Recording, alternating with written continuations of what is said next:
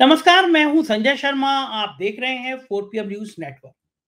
क्या संघ ने मन बना लिया है कि अगर हरियाणा, कश्मीर, महाराष्ट्र, झारखंड इन राज्यों में भारतीय जनता पार्टी चुनाव नहीं जीत पाई तो मोदी जी को सत्ता छोड़नी पड़ेगी? संघ मोदी को हटवा देगा। ये क्या संयोग होगा, प्रयोग होगा, या कोई रणनीति है ऐसी कि ये तैयारी चल रही है?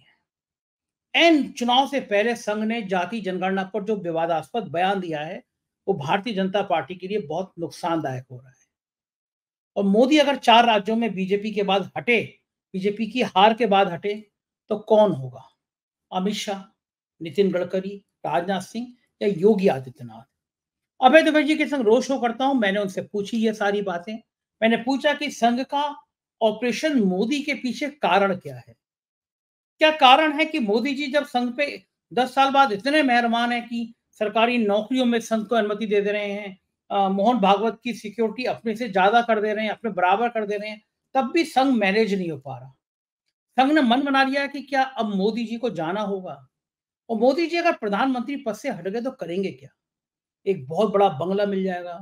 उस बंगले में खाली मोर को दाना खिलाते-खिलाते ज़िंदगी कैसे काटेंगे? ये नोएडा के एंकर और एंकरनियाँ जो ये पूछते हैं कि मोदी जी आप थकते क्यों नहीं? मोदी जी आप बटुआ नहीं रखते हैं? मोदी जी आप आम काट के खाते हैं या चूस के खाते हैं, इनका क्या होगा? और मोदी जी को इनकी याद नहीं आएगी। राजनीति कितनी निर्मम होती है, ये अभय दुबे जी ने आज समझाया एक बातचीत में। बहुत रोचक बातचीत है, मैं ज़्यादा आपके बीच में बाधा नहीं बनूँगा। राजनीति की इतनी बेहतरीन समझ अभय दुबे जी को हो सकती है, तो पूरा पूरा इंटरव्यू सुनिएगा। मोदी का ऑपरेशन संघ या संघ का ऑपरेशन मोदी, क्या है खेल? चलते हैं अभय दुबे जी से ये गणित समझने के लिए। 4 PM न्यूज नेटवर्क में स्वागत है अभय दुबे जी आपका। मैं आज नागपुर बात कर रहा था अपने एक मित्र से, बहुत करीब हैं वो संघ के, और मेरे को उन्होंने पहले भी जो इनपुट दिए हैं संघ के बारे में, वो हमेशा सही साबित हुए हैं। आज उन्होंने मुझे एक बड़ी चौंकाने वाली जानकारी दी। उन्होंने कहा कि संघ के शीर्ष नेतृत्व के बीच इस बात की चर्चा शुरू हो गई है कि अगर जम्मू कश्मीर, हरियाणा और महाराष्ट्र ये 3 राज्य भाजपा हारती है, तो इसका सीधा अर्थ ये है कि मोदी जी के चेहरे में अब वो जादू बचा नहीं है। क्योंकि हरियाणा में जिस तरह उन्होंने मुख्यमंत्री बदला था, उस मुख्यमंत्री का इतने महीनों में कोई चेहरा बन नहीं पाया। महाराष्ट्र में कोई चेहरा है नहीं। तो यानी कमान पूरी मोदी जी संभालेंगे, और पूरा दामोदार अब इन राज्यों पर है। उनका कहना था कि अगर ये 3 राज्य भाजपा हार जाती है, तो भारतीय जनता पार्टी के अंदर से, और संघ भी चाहेगा फिर, कि नेतृत्व में बदलाव हो, प्रधानमंत्री कोई और बने। क्या आप इस बात से सहमत हैं कि अगर 3 राज्य बीजेपी हार जाती है, तो भारतीय, और झारखंड भी मैं इसमें शामिल कर लेता हूँ, अगर इन राज्यों में भाजपा हारती है, तो क्या भाजपा के भीतर से, संघ के भीतर से नेतृत्व परिवर्तन की मांग उठ सकती है? मोदी जी को कहा जा सकता है कि अब आप किसी दूसरे विकल्प के बारे में सोचिए, ये कुर्सी किसी और के लिए खाली करिए। देखिए, मोदी जी अपनी मर्जी से तो कुर्सी से उतरेंगे नहीं। ये तो राष्ट्रीय स्वयंसेवक संघ को उन्हें कुर्सी से उतारना होगा। क्यों? राष्ट्रीय स्वयंसेवक संघ ने मोदी जी को कभी पसंद नहीं किया। जब उन्हें गुजरात के मुख्यमंत्री के तौर पे भी वो उन्हें नापसंद करता था, और उसने संघ ने अपनी नापसंदगी कभी छिपाई भी नहीं। जब मोदी जी गुजरात के मुख्यमंत्री के तौर पर प्रधानमंत्री पद के दावेदार बनने की कोशिश कर रहे थे, और अडानी और अंबानी उनके पीछे थे, और देश के अन्य पूंजीपति कारपोरेट घराने भी उनके पीछे थे, जो गुजरात में जो वाइब्रेंट गुजरात के जो बड़े बड़े जलसे होते थे, उन जलसों में कहा जाता था कि देश का राजा हो तो ऐसा हो, मोदी जी की तरफ इशारा करके मुकेश अंबानी ने कहा था, आपको याद होगा ये बात। तो उस वक्त संघ ने अपने भाजपा के तत्कालीन 2 अध्यक्षों को एजेंडा दिया था कि किसी तरह नरेंद्र मोदी को प्रधानमंत्री पद का उम्मीदवार नहीं बनने देना है। लेकिन संघ अपने इस अभियान में सफल नहीं हो पाया। वो प्रधानमंत्री पद के उम्मीदवार भी बने। फिर संघ को उम्मीद थी कि इनके पूर्ण बहुमत नहीं प्राप्त होगा, गठजोड़ सरकार होगी तो वो मोदी जी को नियंत्रित कर पाएंगे। लेकिन दुर्भाग्य, संघ के दुर्भाग्य से उनको पूरा बहुमत भी प्राप्त हो गया। तो मोदी जी को नियंत्रित करने में वो पूरी तरीके से नाकाम हो गए। 10 साल तक वो अपने मौके का इंतजार करते रहे। अब मौका उन्हें मिला है जब मोदी जी ने अपना बहुमत खो दिया है। उनकी लोकप्रियता का ग्राफ नीचे जा रहा है। संघ को भी अच्छी तरीके से पता है कि हरियाणा में बीजेपी किसी कीमत पर चुनाव नहीं जीत सकती। संघ को अच्छी तरह पता है, उसका तो कार्यालय ही मुख्य सब लोग महाराष्ट्रियन है, सारे के सारे संघ के बड़े नेता जो हैं, दत्तात्रेय होसबोले भी महाराष्ट्रियन है, मोहन भागवत भी महाराष्ट्रियन है, कार्यालय भी नागपुर में है। संघ का जो शीर्ष नेतृत्व है उसका बहुत बड़ा हिस्सा महाराष्ट्रियन लोगों का, उन्हें सब मालूम है। वहां भी जीतने की कोई संभावना नहीं है। सब लोग जानते हैं कि नेशनल कॉन्फ्रेंस और कांग्रेस के बीच में गठजोड़ के बाद में जम्मू कश्मीर में भी इनकी सरकार नहीं बनने वाली है। और जो घमासान मचा हुआ है भाजपा, कश्मीर की भाजपा में, वो तो अपने आप में ऐतिहासिक है। इंडियन एक्सप्रेस उनकी रिपोर्ट छपी है, आप उसको पढ़िए तो आपको खुद ही मजा आएगा कि वहां क्या हाल हो रहा है, वहां पर क्या जम के एक दूसरे के खिलाफ नारेबाजी प्रदर्शन हो। तो इन लोगों के जीतने का कोई चांस नहीं। अब सवाल यह है कि हारना तय है और ये संघ को पता है। तो जब वो, और अभी जो मूड ऑफ नेशन जो कि सी वोटर का सर्वे है जो इंडिया टुडे में दिखाया गया, उससे भी बिल्कुल स्पष्ट है कि 4 राज्यों में जो चुनाव होने वाले हैं, अगर झारखंड को आप उसमें जोड़ देते हैं तो 3-0 का नतीजा 3-1 का नतीजा 100% तय है। अगर परिस्थिति भाजपा ने कुछ झारखंड में कुछ ज्यादा अच्छा नहीं कर पाया तो 4-0 भी हो सकता है। ऐसी स्थिति में संघ द्वारा ये विचार करने की शुरुआत करना कि मोदी जी को हटाने की तैयारी शुरू की जाए, मेरा मानना है कि संघ मोदी जी को हटाने की तैयारी शुरू ही कर चुका है। इस वक्त संघ मोदी जी की कोई बात नहीं मान रहा। मोदी जी उनको बहुत मक्खन लगाने की कोशिश कर रहे हैं। मोदी जी ने पहले सरकारी कर्मचारियों को, सरकारी अफसरों को संघ में जाने की, शाखा में जाने की इजाजत दे दी।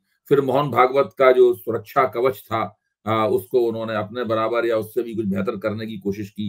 लेकिन इसका संघ के ऊपर कोई असर नहीं पड़ने वाला है, क्योंकि संघ पिछले 10 साल से बहुत ही परेशान हाल में था। उसकी कोई बात मोदी जी नहीं मानते थे, किसी भी किस्म का कोई सम्मान नहीं देते थे उन लोगों पे।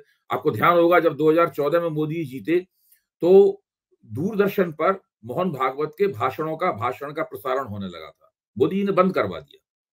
अब दूरदर्शन पे मोहन भागवत का भाषण नहीं, लाइव टेलीकास्ट नहीं होता है, भाषण दे देते हैं, उसको हिस्सा दिखा दिया जाता है, मतलब खबर के तौर पर, लेकिन लाइव टेलीकास्ट नहीं होता। ये सब मोदी जी ने बंद करवा दिया था। तो वो तो बिल्कुल लगभग तय है, क्योंकि संघ ये भी देख रहा है कि मोदी जी को गठजोड़ सरकार चलाना नहीं आता, बार बार उन्हें रोल बैक करना पड़ रहा है। तो उन्हें एक ऐसा व्यक्ति चाहिए जो कि गठजोड़ सरकार चला सके, और वो व्यक्ति राजनाथ सिंह के रूप में मौजूद है। और राजनाथ सिंह जी अगर नहीं है तो कोई संघ किसी दूसरे व्यक्ति को खोज के लाएगा। लेकिन अभी तो साफ तौर पर दिखता है कि संघ की जो प्राथमिकताएं हैं उसमें राजनाथ सिंह की हैसियत मोदी से ज्यादा दिखाई पड़ रही है मुझे, कम से कम मेरा आकलन ये है।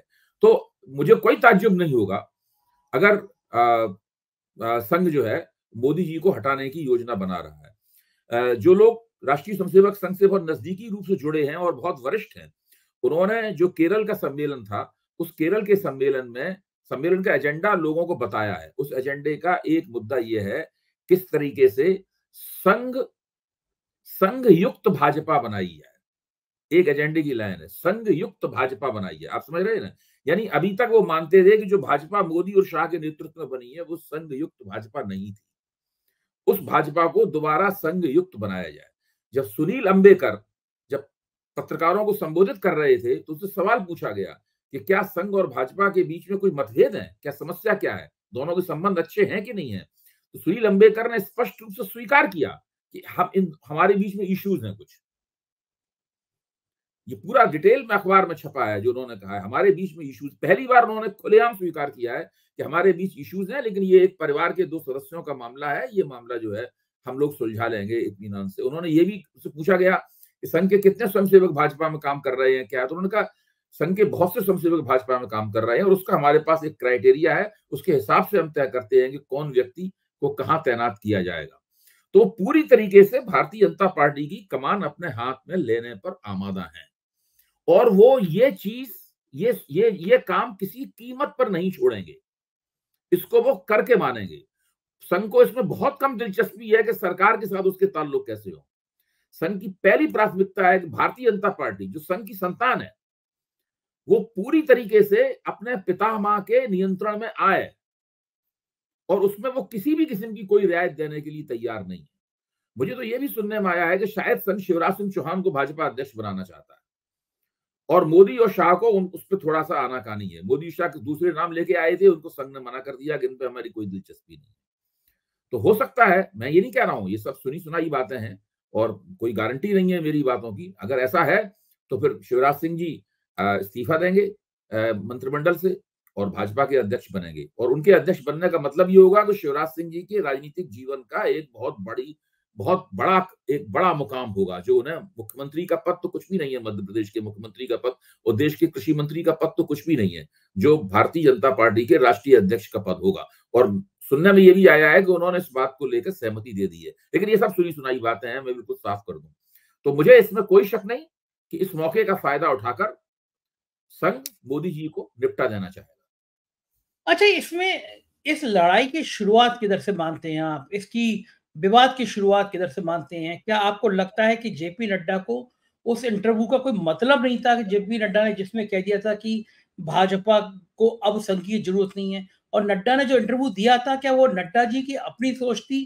क्या वो मोदी जी की सोच थी? वो अमित शाह की सोच थी? नड्डा क्या अपने दम पर, अपनी हिम्मत पर संघ के ये लाइन कह सकते हैं, या फिर उनसे कहलवाया गया कि आप संघ को संकेत दे दो, संघ को साफ-साफ बता दो कि भाई ज्यादा हस्तक्षेप ना करो, हमें जरूरत नहीं? क्योंकि तब मोदी और शाह जी उस आसमानी घोड़े पर सवार थे जो 350-400 सीटें दिखा रहा था। उसमें उसमें उनको गुरूर था, अहंकार था कि हम तो 350 सीटें लेके आ रहे हैं और हम तो बिल्कुल जबरदस्त तरीके से बहुमत आ रहे हैं। तब अंदाजा नहीं था कि ये मामला यहाँ 2-2-4 पे सिमट के रह जाएगा। तो जो उस ताकत में गुमान में थे, उस ताकत के सपने देख रहे थे, क्या उन सपनों की वजह से जेपी नड्डा के मुंह से कहलवा दिया गया कि मैं संघ की जरूरत नहीं है? लड़ाई की बड़ी शुरुआत। मोटे तौर पे आप जो कह रहे हैं उससे मैं सहमत हूं, लेकिन थोड़ा सा इतिहास में जाऊंगा। मेरा मानना है कि जब 2014 में नरेंद्र मोदी प्रधानमंत्री बने, तो बिल्कुल शुरुआती दौर में संघ ने पार्टी और सरकार के साथ जो समन्वय करना चाहा, उस वो समन्वय मोदी जी ने थोड़ी बहुत आनाकानी और अनिच्छा के बावजूद किया, लेकिन जल्दी ही मोदी जी इस तरह के समन्वय के खिलाफ हो गए और उन्होंने भारतीय जनता पार्टी के किरदार को बदलना शुरू किया। उस किरदार बदलने में जो प्रमुख उनका हथकंडा ये था कि बाहर से दल बदल करके बड़े पैमाने पर लोगों को लाया जाए और धीरे धीरे करके भारतीय जनता पार्टी और सरकार के प्रमुख पदों पर उनको तैनात किया जाए। उन लोगों की निष्ठा मोदी और शाह के प्रति थी, मोहन भागवत के प्रति नहीं थी, क्योंकि वो संघ की संस्कृति से नहीं आए थे, न ही भाजपा की जो राजनीतिक संस्कृति थी उसकी देन थे। पूरा उत्तर पूर्व ऐसे नेताओं से भरा हुआ है, सब जगह से ऐसे ही नेता लाए गए हैं जो कि ये कर रहे हैं बहुत बड़े पैमाने पर। आज तो स्थिति ये हो गई कि अगर भाजपा जब सारे देश में 2024 का चुनाव लड़ रही थी, तो उसमें 25% जिनको टिकट दिया गया था वो सब दल बदलू लोग थे। तो ये एक ऐसी, अभी राज्यसभा का जो लिस्ट निकाली गई उसमें सब दल बदलू थे। ये स्थिति है। जो मनन मिश्र, जिनको अभी राज्यसभा का सदस्य बनाया गया है, उनके बारे में तो जिस वक्त उन्हें राज्यसभा के सदस्य की लिस्ट निकाली गई थी, उस वक्त तक वो तकनीकी रूप से भाजपा के सदस्य भी नहीं हुए थे और उनका राज्यसभा के उम्मीदवारों में उनकी लिस्ट में नाम आ चुका था। आप समझ सकते हैं कि ये किस तरीके से ये काम चल रहा था। तो इनकी पूरी कोशिश थी कि संघ का इस्तेमाल किया जाए, क्योंकि संघ के पास स्वयंसेवक हैं और जो भारतीय जनता पार्टी का आधार है, इस तरह संघ का इस्तेमाल किया जाए, लेकिन भाजपा के किरदार को भी बदला जाए। और संघ भी इस बात को समझ रहा था। 2019 की पूर्व संध्या से ही मोदी जी ने संघ के ये ऐलान कर दिया था कि वो संघ की कोई बात मानने वाले नहीं है। लेकिन चूंकि 2019 के चुनाव में मोदी जी को 2014 से भी ज्यादा सीटें आ गई, तो संघ उनका कुछ कर नहीं पाया, वो चुपचाप बैठा रहा, वो देखता रहा। अब उसे मौका मिला है तो अब वो उस काम को कर रहा है। मोदी जी मुगालते में थे कि उनको मोदी जी के लोग तो ये कह रहे थे कि एग्जिट पोल ने जो घोषणा की है भाजपा को उससे भी ज्यादा सीटें आएंगी। जब एग्जिट पोल आया तो बहुत से लोग ये कहते हुए घूम रहे थे कि हमारा मानना तो ये है कि इससे भी एग्जिट पोल ने कम बताया है कि कितने मुगालते में थे। इसी मुगालते के कारण जेपी नड्डा से देखिए जेपी नड्डा तो बहुत छुटभैया किस्म के नेता हैं। उनकी तो स्थिति नहीं है कि इस तरह इतनी बड़ी बात बोल पाते। तो ये सब बड़ी बात बोलने के लिए उनसे कहा गया था और उन्होंने चुनाव के पहले बोली। और सुनील अंबेडकर ने अपने वक्तव्य में यह भी साफ किया है कि संघ के स्वयंसेवकों की भाजपा के प्रति जो अनमनापन था, इसको भी स्वीकार किया है उन्होंने कहा कि इस चुनाव में संघ के स्वयंसेवकों का भाजपा के प्रति अनमनापन था, इसको भी उन्होंने सारी बातें उन्होंने स्पष्ट रूप से स्वीकार कर ली है। संघ ने स्पष्ट रूप से स्वीकार कर लिया है कि जो आज की मौजूदा भाजपा है उसके साथ उसके संबंध अच्छे नहीं है। इस भाजपा को उसे छीनना है और दोबारा बदलना है। ये एक हम लोग छोटे थे तो कुछ एक कहावत कही जाती थी, मतलब शैतान बच्चे कहते थे कि हम या तो खेलेंगे वरना खेल बिगाड़ेंगे। तो संघ भी अब इस खेल बिगाड़ने की शैली पे आ गया है, जातिगत जनगणना पे एक विवाद दे दिया है जिसपे कंट्रोवर्सी खड़ी हो गई। लालू बोले, ये ने कह दिया कि ये कौन होते हैं, कान पकड़ के इनसे उठक-बैठक लगा के जाति जनगणना हम लागू करा देंगे। लालू तो बोलने में और आगे से एक सीमा से आगे तक जाते हैं। क्या डाला, बोले कान पकड़ के इनकी हैसियत क्या है, हम जाति जनगणना इन्हीं से करा के दिखा देंगे। तो चुनाव सिर पर है हरियाणा में, महाराष्ट्र में आरक्षण को लेके वैसी शिंदे सरकार पसीने-पसीने है। तो संघ ने क्या ये कह दिया कि हम या तो खेलेंगे या खेल बिगाड़ेंगे? आरक्षण को लेके कोई ज़रूरत नहीं थी, इसका जाति जनगणना को लेकर कोई ज़रूरत नहीं थी। मुझे जाति लगता है संजय जी, संघ बहुत होशियारी के साथ चल रहा है। लालू यादव की बात तो आप छोड़ दीजिए। मैं अपने आप को बहुत बड़ा तो नहीं, लेकिन संघ की राजनीति का एक मामूली अध्येता मानता हूँ। मैं मानता हूँ कि मैंने थोड़ा ध्यान से उसको देखा है। वो न तो भारतीय जनता, न तो सत्ता का खेल बिगाड़ना चाहता है। वो ऐसा कोई कदम नहीं उठाना चाहता है जिससे कि सत्ता का खेल बिगड़ जाए। वो चाहता है गठजोड़ सरकार बनी रहे और उसमें भारतीय जनता पार्टी एक बहुत मजबूत स्थिति में रहे। इससे संघ को भी सत्ता की नजदीकी प्राप्त होगी, संघ को भी सत्ता का लाभ प्राप्त होगा। और संघ का अपना जो एजेंडा है, इस मुल्क को एक नए हिंदू समाज को एक नए तरीके से गढ़ने का, उस एजेंडे पे भी वो काम करता रहेगा।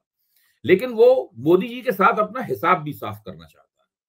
जातिगत जनगणना वाले सवाल के ऊपर तो हम लोग पहले चर्चा कर चुके हैं कि वो क्यों ऐसा कह रहे हैं, उसके पीछे क्या है। तो वो भाजपा को फायदा भी पहुंचाना चाहता है, लेकिन भारतीय जनता पार्टी को अपने नियंत्रण में लेना चाहता है। तो ये उसका दोहरा लक्ष्य है। और इस दोहरे लक्ष्य की पूर्ति के लिए वो बहुत ही सावधानी से कदम रख रहा है। वो एक डिसरप्टर या ऐसा नहीं, वो कोई गड़बड़ी नहीं पैदा करना चाहता। वो ऐसा नहीं चाहता है कि अचानक भारतीय जनता पार्टी को लगे कि संघ ने उसके खिलाफ बगावत का झंडा उठा दिया है या संघ ने बिल्कुल उसके मर्मस्थल पर प्रहार कर दिया। ऐसा नहीं है। संघ भाजपा को अपनी संतान मानता है और है भी भाजपा उसकी संतान, इसमें कोई गलत बात भी नहीं है। संघ उसको ऐसे ऐसे ऐसे बच्चे की तरह, ऐसे लड़के की तरह देख रहा है जो उसने बाप की बात माननी बंद कर दी है और जिसने अपनी, तो वो उसको अनुशासित और नियंत्रित करके अपनी बात मनवाने के कायदे में लाना चाहता है। अच्छा, मान लीजिए अगर संघ की बात सही हो गई, ये हुआ कि मोदी जी को समझ में आ गया कि अब संघ के इशारे पे 50-100 एमपी अलग जा सकते हैं, मुहिम चला सकते हैं। तो मोदी जी किसको चाहेंगे, राजनाथ सिंह को या नितिन गडकरी को या किसी तीसरे आदमी को? कमान देखिए, अमित शाह या योगी? मेरा मोदी जी के बारे में ये अंदाजा था कि अगर भाजपा को बहुमत प्राप्त नहीं हुआ तो मोदी जी बड़े ही लचीले तरीके से एक गठजोड़ सरकार का नेतृत्व करेंगे और उनके अंदर से अटल बिहारी वाजपेयी प्रकट होगा। लेकिन मैंने ये शब्द कहे भी थे, लेकिन मेरा ये अनुमान गलत साबित हुआ। मैं स्वीकार कर, उनके अंदर से अटल जी नहीं निकले, वो नरेंद्र मोदी ही बने रहे। और उन्होंने पिछले 3 महीने में साबित किया है कि उनको गठजोड़ सरकार चलाना नहीं आती। वो मेल मिलाप करके, सलाह मशविरा करके, सब लोगों से पूछताछ करके, सबकी आम सहमति बनाकर सरकार चलाने की कला में माहिर नहीं। दूसरा मेरा आकलन ये है कि इन लोगों के पास केवल प्लान ए है, प्लान बी है ही नहीं। मतलब ये एक ही तरीके से सरकार चलाना, एक ही तरीके से राजनीति करना जानते हैं, दूसरा इनके पास कोई तरीका है नहीं। मोदी जी या तो अपने तरीके से राजनीति करेंगे या इनको हटा दिया जाएगा। अभी तो मुझे लग रहा है। और फिर संघ जिसको चाहेगा वो भारतीय जनता पार्टी के संसदीय दल का नेता बनेगा और इस गठजोड़ सरकार का प्रधानमंत्री होगा। तो ये जो 4 चुनाव होने वाले हैं, इन 4 चुनावों पर काफी कुछ निर्भर है। और अगर इन 4 चुनावों के तुरंत बाद भाजपा का केंद्रीय नेतृत्व नहीं बदला गया तो उसके बाद अगले साल दिल्ली का और बिहार का भी चुनाव होने वाला है। तो ये सारी चीज अगला पूरा वर्ष, मैं कहता हूं ये महीने, इस साल के बचे हुए महीने, यानी सितंबर, अक्टूबर, नवंबर, दिसंबर, ये 4 महीने और अगले 12 महीने, यानी 16 महीने मोदी जी की सरकार इन 16 महीने में अपने चुनावी प्रदर्शन की कसौटी पर कसी जाएगी। न केवल राष्ट्रीय स्वयंसेवक संघ उसे कसेगा, भाजपा के कार्यकर्ता उसको कसेंगे, बल्कि उसके जो सहयोगी दल हैं वो भी उसको इस कसौटी पर कसकर देखेंगे। 4 नाम हैं अभय जी, राजनाथ सिंह, नितिन गडकरी, अमित शाह, योगी आदित्यनाथ। आपको क्या लगता है संभावना किसकी सबसे ज्यादा बनेगी और क्यों बनेगी?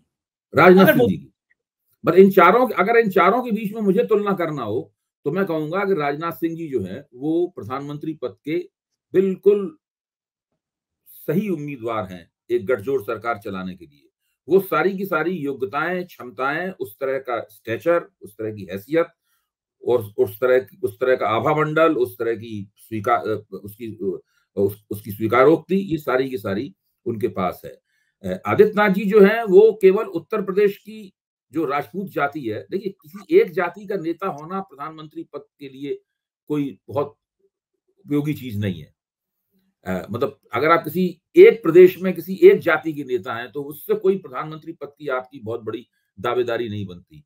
योगी आदित्यनाथ को संघ उत्तर प्रदेश का मुख्यमंत्री बनाए रखे, यही उनके लिए बहुत बड़ी बात है। नितिन गडकरी के साथ में स्वास्थ्य वगैरह के बहुत सारे मुद्दे हैं, तो वो उनके लिए मुश्किल है। तो मेरे ख्याल से एक हो सकता थोड़े उनकी तबीयत ठीक होती तो वो भी उस राजनाथ सिंह जी के मुकाबले आ सकते थे। लेकिन अभी तो इन 4 लोगों के जिन्होंने आपने नाम बताया है, और अमित शाह को तो वो अमित शाह तो मोदी जी के, मोदी जी चाहेंगे अमित शाह बने, लेकिन संघ नहीं चाहेगा। अच्छा, अगर मोदी जी का इन परिस्थितियों में बातचीत कर लें हम या विचार कर लें कि मोदी जी को हटना पड़ा, तो मोदी जी के हटने के बाद अमित शाह का भाजपा में कितना रुतबा, कितना दबदबा रह जाएगा, क्या हैसियत रह जाएगी? काफी कम हो जाएगा उनका, काफी उनका रुतबा कम हो जाएगा। उनको अपनी वैकल्पिक रणनीति सोचनी पड़ेगी। अभी ही पार्टी के अंदर उनकी कई लोगों के साथ में तरह-तरह के संघर्ष हो रहे हैं। ऐसे योगी आदित्यनाथ के साथ उनका संघर्ष चल ही रहा है। पार्टी के भीतर भी अब जिस तरह से पहले उनका सिक्का चलता था, उतना सिक्का नहीं उनका चल रहा है। कहीं न कहीं किसी के साथ कभी झपट हो जाती, कभी किसी का झपट हो जाती। लोग अब उतनी तत्परता के साथ उनके सामने सिर नहीं झुकाते हैं। तो इस प्रकार की स्थितियाँ तो पहले से ही बनने लगी हैं उनके लिए। और जहाँ तक मोदी जी का सवाल है, मोदी जी देश में 10 साल से ज़्यादा प्रधानमंत्री रह चुके हैं, तो उनके बुढ़ापे का पैकेज तो बिल्कुल, जो रिटायरमेंट पैकेज है, वो तो बहुत बढ़िया है। उनको तुरंत दिल्ली के अंदर उनकी मर्ज़ी के मुताबिक एक बढ़िया भव्य मकान मिलेगा, बंगला मिलेगा। उस बंगले में रहकर वो अपनी ज़िंदगी के बुढ़ापे के सारे साल गुज़ारेंगे। बीच-बीच में सम्मानजनक तरीके से वो कहीं जाके उनको भाषण देने के लिए बुलाया जाया करेगा। वहाँ वो अपने व्याख्यान वगैरह देंगे, और लोग उनके जब उनके शासन था उसकी उस वक़्त याद किए कि मेरे ख्याल से हर, जैसे मनमोहन सिंह का जीवन गुज़रा, जिस तरह अन्य रिटायर्ड प्रधानमंत्रियों का जीवन गुज़रा, उस तरीके से मोदी जी का जीवन गुज़रेगा। अच्छा, आपको लगता है कि मोदी जी जितने महत्वाकांक्षी हैं, जितना वो एक्टिव दिखते हैं, वो एक बड़े बंगले में मोर को दाना खिलाते हुए अपना जीवन गुजार देंगे?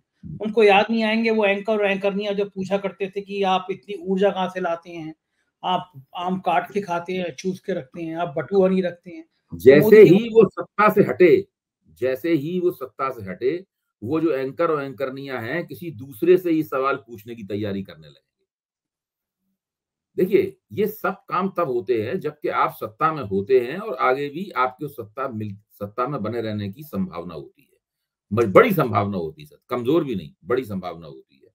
उसके बाद में ये सब लोग हट जाएँगे और कोई नहीं पूछेगा उनको।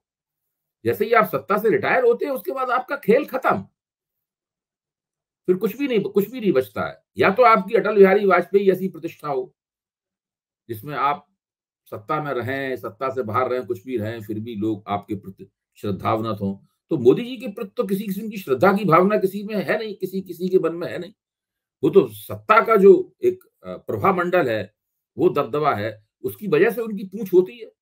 सत्ता गई, मोदी जी के प्रशंसकों की टोली भी अपने आप ही लुप्त हो जाएगी। तो अभय जी, उस बड़े बंगले में मोर के अलावा और अमित शाह के अलावा उनसे मिलने कौन-कौन जा सकता है? उसके नाम क्या-क्या होंगे?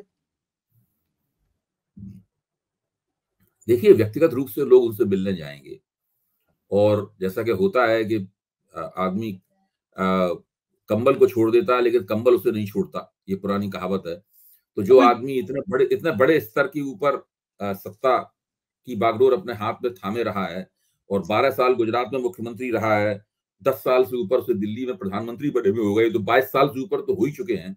और अगर 5 साल उनकी सत्ता चल गई, तो वो 27 साल लगातार सत्ता में रहेंगे। तो कुछ ना कुछ तो वो राजनीतिक जीवन में अपना हस्तक्षेप करने की कोशिश करेंगे। लेकिन जो नया प्रधानमंत्री बनता है, वो भी तो अपनी सत्ता को मजबूत करता है। तो सबसे पहले जो पुराना होता है, उसकी जड़ें काटता है। जिस तरह मोदी कोई जी ने आप लाल कृष्ण आडवाणी की जड़ें काटी, जिस तरह मोदी जी ने गुजरात में केशु भाई पटेल की जड़ें काटी, उसी तरह उनकी भी जड़ें काटी जाएँगी।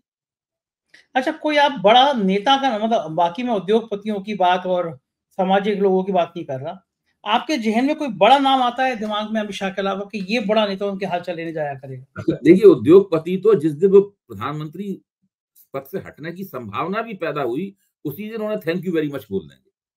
ये अंबानी, अडानी दोनों? सब बोल देंगे। वो उनको जो नया प्रधानमंत्री आना, उसके साथ समीकरण बनाना है। उनको अपना बिज़नेस चलाना है कि इनके साथ वफ़ादारी दिखानी है। सत्ता कितनी निर्मम होती है ना। निर्मम क्या, वो तो सीधी बात है भाई। आपको ऐसा ही करना, सब जगह ऐसा ही होता है, सारी दुनिया में ऐसा होता है। अब देखिए ओबामा वगैरह वहां क्या कर रहे हैं, ओबामा वगैरह वहां क्या कर रहे हैं, ओबामा वगैरह घूम घूम अपनी के भाषण अपनी देते हैं। उनकी जिंदगी में कुछ तो खुशहाली, अपनी पत्नी के संग जाते हैं रेस्टोरेंट देखिए में चाय अमेरिका अमेरिका का पीते हैं। सीन अलग है, अमेरिका का सीन अलग है। वहां पूर्व राष्ट्रपतियों के लिए एक बड़ी दुनिया है, बड़ा सार्वजनिक जीवन है, जिसमें पूर्व राष्ट्रपति लोग सक्रिय रहते हैं और बीच बीच में उनकी जो मौजूदा राष्ट्रपति है उनकी मदद वगैरह भी लेता है। लेकिन मोदी जी ने इस तरीके से अपने शत्रुओं का एक संसार बनाया है। मोदी जी ने अपने मित्रों का मोदी जी ने या तो अपने चाटुकारों का संसार बनाया है या अपने शत्रुओं का संसार बनाया है। वास्तविक प्रशंसक उनका कोई नहीं। हाँ, ये बात तो सही है, ये तो हाँ, बड़ा वास्तविक था। प्रशंसक उनका कोई नहीं, उनके पर श्रद्धावनत कोई नहीं है। तो ऐसी स्थिति में तो वो अपना अपना जो अंतिम समय है अकेले गुजारेंगे। अच्छा, ये बड़ा कितना कष्टदायक होता होगा ना कि 22, 24, 27 साल आप सत्ता के केंद्र में रहो, इतनी चकाचौंध में रहो, फिर अंतिम जो जीवन का देखिए अध्याय है मोदी जो जी को अगर सत्ता में टिकना है तो उन्हें विधानसभा चुनावों में कुछ चमत्कारिक प्रदर्शन करना होगा। क्या कर दें? पाकिस्तान पे चढ़ाई हरियाणा कर जीत दें? जाए, हरियाणा जीत जाए, कैसे महाराष्ट्र जीत जीत जाए? जाए। अगर अच्छा इन 2 जीत राज्यों को वो जीत जाएँ तो फौरन सब लोगों को यकीन हो जाएगा कि मोदी जी की वापसी हो रही है। जीत उसके कैसे बाद जाए? हाँ, वो नहीं, वो जीत तो सकता ही नहीं, वो तो ठीक बात है। लेकिन ये हैं तो मैं बता रहा हूँ, वो हरियाणा जैसे हम लोग राहुल गांधी से उम्मीद करते थे कि राहुल गांधी ये जीत जाए, वो जीत जाए, तो वो सत्ता में जम जाएँगे, मोदी जी के बराबर आ जाएँगे। ऐसी उम्मीदें हमें मोदी जी से भी करनी चाहिए। अगर मोदी जी इतने चमत्कारिक व्यक्तित्व है उनका, विश्व के सबसे लोकप्रिय नेता हैं, जो उनके बारे में बातें कही जाती हैं, तो वो इस वक़्त हरियाणा चुनाव जीत के दिखाएँ, वो महाराष्ट्र का चुनाव जीत के दिखाएँ, वो दिल्ली विधानसभा का चुनाव जीत के दिखाएँ। ये सारे खैर, चुनाव वो जीत के दिखाए ना, वो जम्मू कश्मीर का चुनाव जीत के दिखाए। ये तो अमित शाह के सामने चुनौती है भाई। ये जो है ये वो लोग थोड़ी हैं जो छत पे खड़े होके कीर्तन कर रहे थे कि हमने कश्मीर में ये कर दिया, वो कर दिया। अब कश्मीर में चुनाव जीत के दिखाएँ। जीत कैसे जाएँगे? हरियाणा में थोड़ी बहुत उम्मीद थी कि आम आदमी पार्टी सीटें काट वोट काट लेगी। आज वो कल जो है राहुल गांधी ने कहा कि भई हम लोग आपसे समझौता क्यों नहीं कर रहे हैं? बातचीत शुरू हो गई है। अब आम आदमी पार्टी भी देखिए अगर आम आदमी पार्टी, वैसे तो कांग्रेस वहाँ अकेले ही चुनाव जीतने में सक्षम है। लेकिन हाँ, अगर आम देखिए आदमी पार्टी से उसका समझौता हो गया, तब स्थिति ये बनेगी कि दूसरे तमाम दल जो हैं छोटे-छोटे, जिन्हें वोट कटवा के तौर पर भारतीय जनता पार्टी प्रोत्साहित कर रही है, मैं आपको बता रहा हूँ, इनको उँगलियों पे गिनने लायक वोट मिलेंगे।